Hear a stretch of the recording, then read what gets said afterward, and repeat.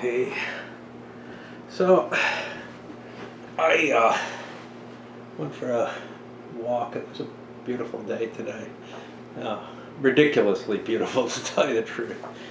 And I woke up a little late to, well, I have such weird hours, but the time I woke up that I stayed awake. I have these obligations, and I've meant to do an obligations rant, but I'm not going to talk about that here, except in passing.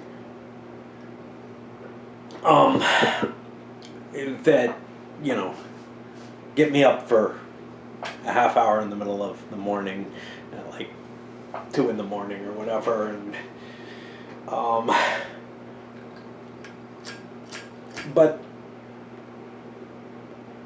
and then I get up again at 7 in the morning, and usually, well, 6 actually, but 7 for me. And then, on work days, that's when I start work. It takes like 5 minutes for me to do whatever my little thing on my computer game is, but, and no, you don't want to know about it, it's not interesting. And then, today is a weekend, it's a Sunday. I just went back to sleep. I've been sleeping a lot. Yeah, sure, sign of depression and all that. But I woke up with a phone call that my wife's ashes are ready. And it's like a 2.5 hour walk each way. I could take a bus and make that significantly shorter. I mean, it's 25 minutes to the bus each way. So it's hard for me, I've discussed this before, it's hard for me to, if I have to walk a half hour to get someplace, it might as well be an hour or an hour and a half. 2.5 hours is stretching it though, and, I don't know, but I could have done that today with no question. But the death certificates aren't ready, so I'm going to wait until they have them and do it in one big walk. I actually reached out to someone else who's in pain, but no response there, which is understandable. It was, it's weird. I don't know them that well.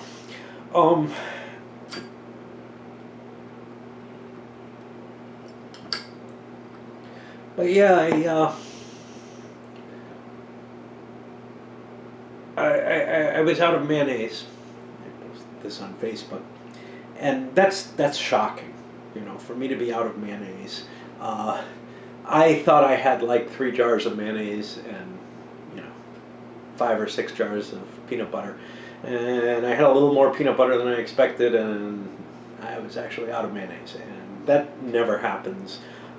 It has nothing to do with this situation. I think that I was just deluded about how much mayo I had, because I'm the only person who ever used the mayonnaise. So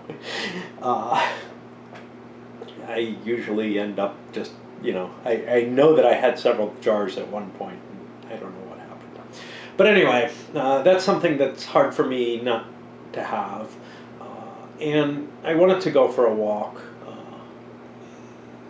alone if need be, and it needed to be. And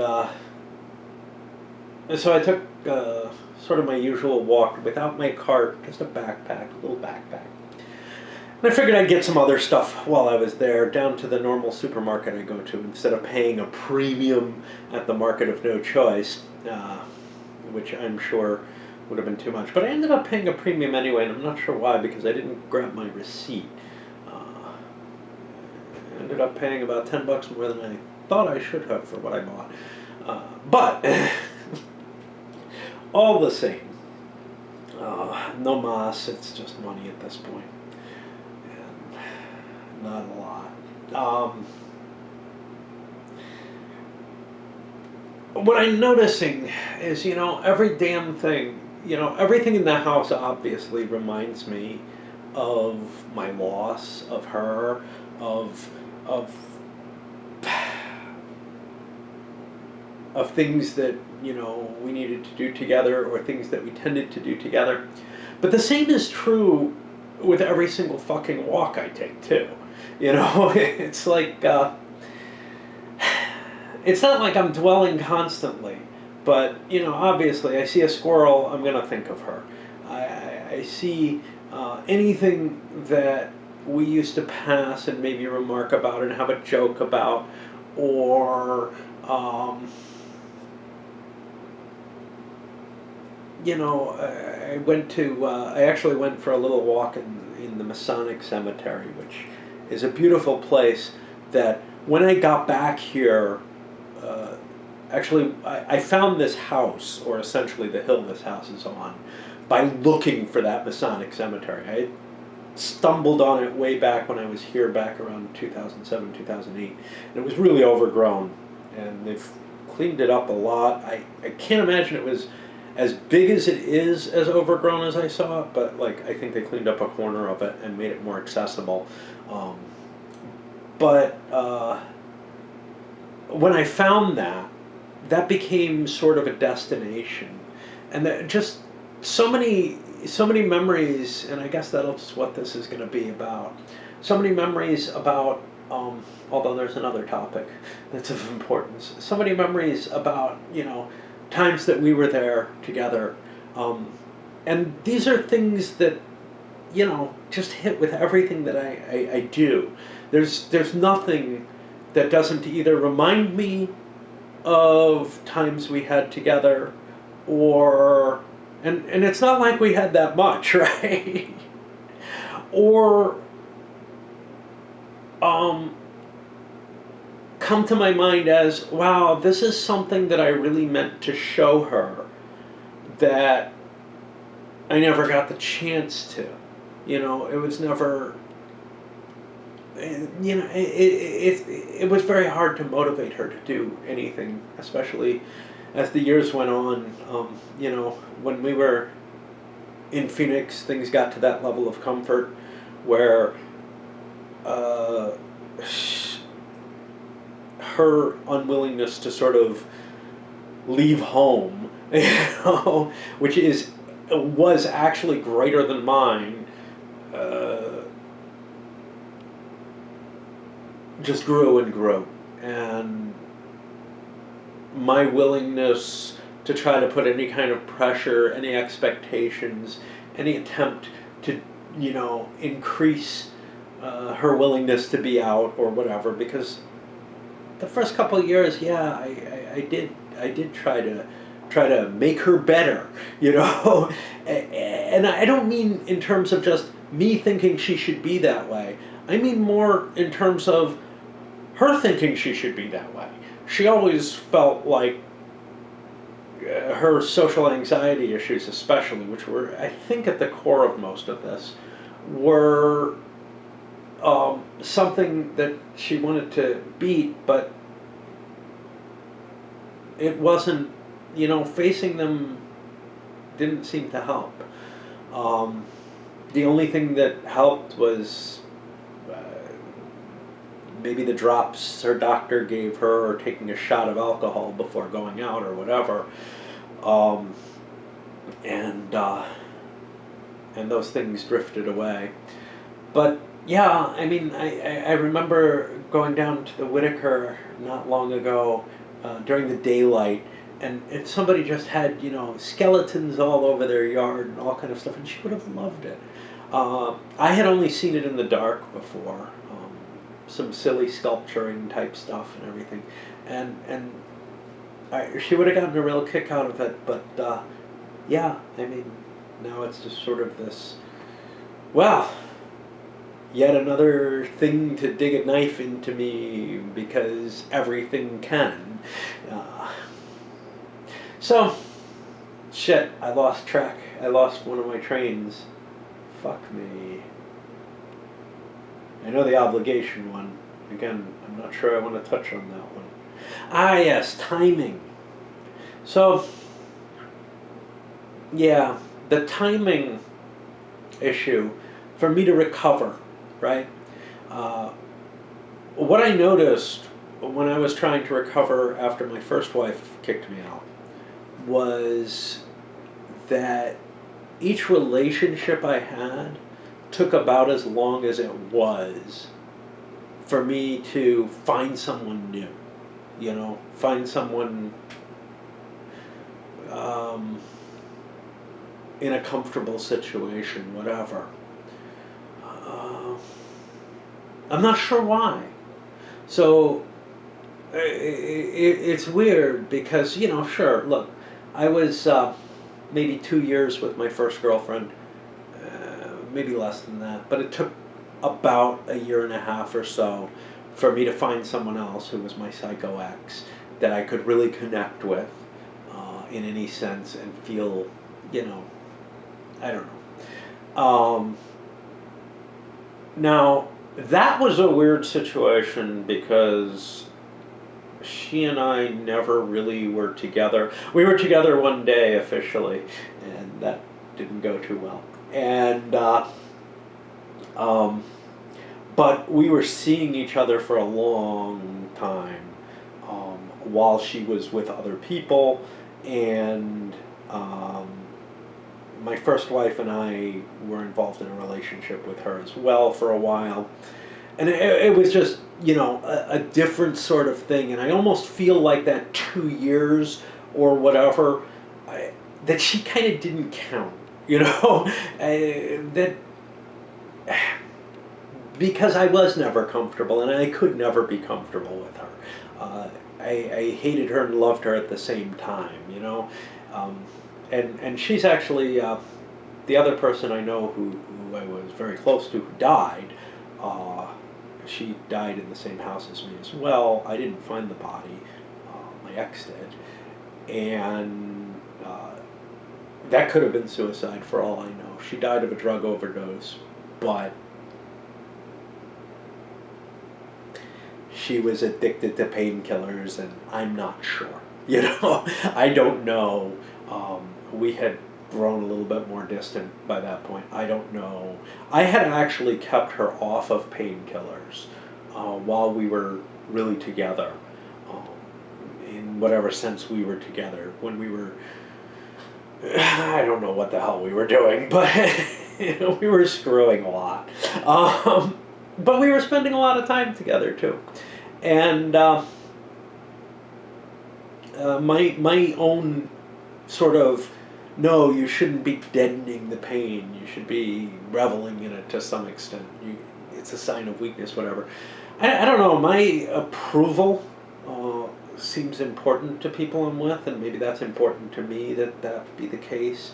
And so whatever about my personality or whatever ends up kind of, I think, shaping people, and I probably am only attracted to people that I can shape in that sort of way, that I can completely sort of dominate at least certain aspects of their existence, things like the painkillers. But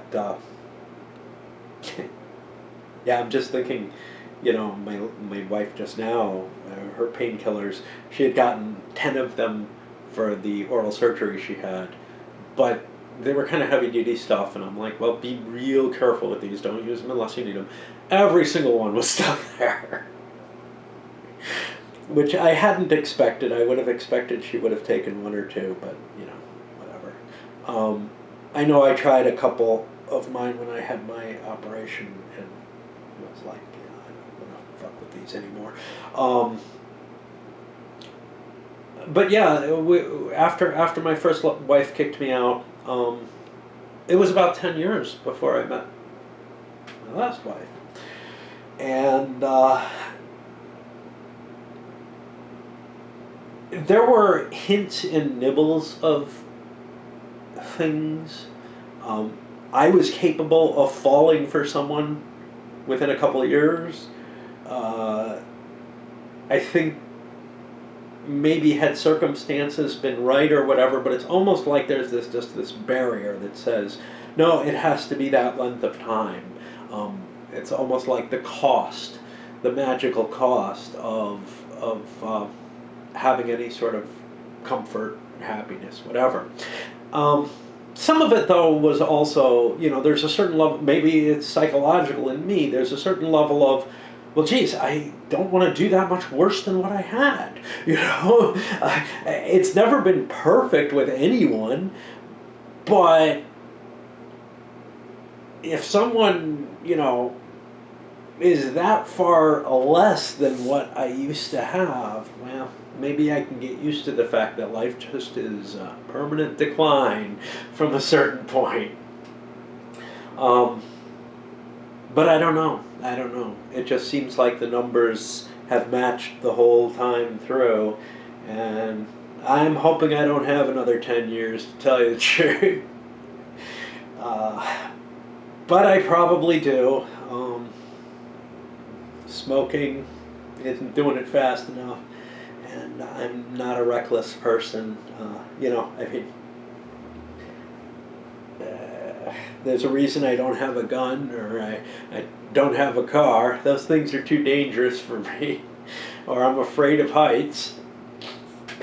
And, those things are too dangerous for me when everything's going fine. I mean, I don't know.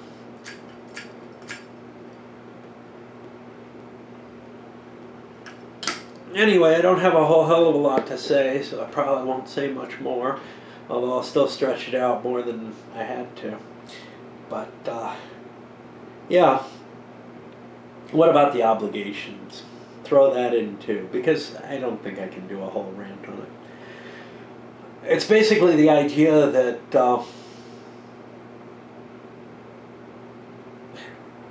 unless you find some massively, fulfilling purpose to life, and I've tried, I tried with mathematics, I've tried with my mysticism, but unless you can find something like that, I think what most of us live off of is purpose from these little obligations. And I mean, some of them are ridiculous, like my obligation to play these computer games I don't like that require that I get up every day. And my ex-wife had a few, but I tried to lay as little on her as possible. And honestly, when we first met, maybe she was happier, expectations, hope, whatever, maybe I was happier. But as the compromise developed of how life would be, the expectations dropped away, and any obligations that went with them. So obviously sex was one of the first ones. Playing games was the only other one that I really had. Well, I also had this, we'd spend time together, go for walks and stuff like that. And as the others dropped away, that became kind of the only thing. But even that, I started letting her guide me more and more. And I'd come down and I'd offer, hey, you don't want to go for a walk, do you? But it would be in that term, it would be very easy just to remind her kind of that I'm still there and still willing to do things, but there was no pressure. The things she did do, her tiny obligations that she took on her own, were things like wiping down the kitchen cabinet, making a meal every day. If I didn't make it, she would make something, a hot meal for dinner, sweeping in the living room, doing the laundry every couple weeks, going with me for shopping every couple weeks. These things, but they were all pretty minor, and I don't know, mine are too. It's not like I have a hell of a lot. I have my work. That's probably my biggest obligation. That's keeping me more grounded than anything, although I'm struggling with it. This is it's easy when I have a simple little kind of mental mechanical task to do in that. But it becomes hard when I have to shift and do a transition or something like that, and I'm just like, I've got PTO that runs out March 15th. Let me eat some of it and just take the rest of the day off or whatever. And I'm very, very willing to do that in a way that usually I would just save it all up and be like, oh shit, I got to take a week off now. Plus I also have bereavement days, which I'm trying not to take, but they're more restricted, so it's like I have to take a full day for them. And like Friday I was just like, I can't work. Let me not take my PTO. Let me just take a bereavement day, because I don't know how much I can handle right now in general, and maybe I will need geez, I have like 2 weeks and whatever. But yeah, I mean, those obligations replace a sense of purpose. And some of them I'm very bad at. The ones they're related to patterns. You know, I'm good with patterns. I'm bad with things that aren't patterns. I'm bad with, let me get somebody to fix the this. In this case, now there is probably about 24 things that need to be fixed or dealt with at the house that I need to deal with, and then there's stuff with her, and I just push that, and my fucking taxes, which are more complex now because I have to figure out her side of it, which I never did before. I let her figure that out and just help me fill out the sheet for it. But yeah, it's just